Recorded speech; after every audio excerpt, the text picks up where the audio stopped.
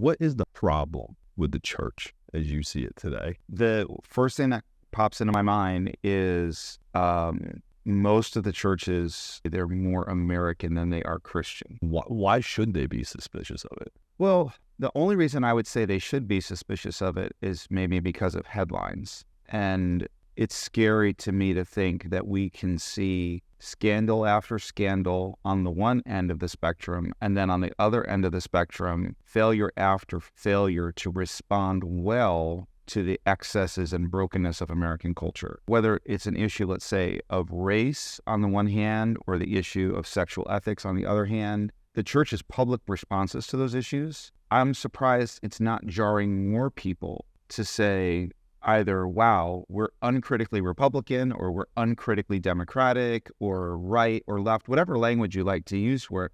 Like, I think whether it's George Floyd or transgender issues, these are all in the headlines now. These are part of our everyday conversations. And when you hear from our pastors and our leaders, it seems like they're aligning with one of the two poles politically that we have. And I don't hear a prophetic third way that's speaking to either side of those issues. Yeah, why they don't? I think maybe the value of staying as you are will always limit your capacity for curiosity. We have taught people from the pulpit that if we're doing it right, if we're doing the gospel right, if we're doing Christian stuff right, it's simple, it's safe, and it's secure. And so as long as we're doing those three things effectively, we're checking all the boxes. And those three things don't line up with reality, because life is not simple, it's not safe, and you're not going to be successful all the time in terms of those things. Right. And I think it doesn't line up with the gospel. The thing that I love is the Bible says that Jesus,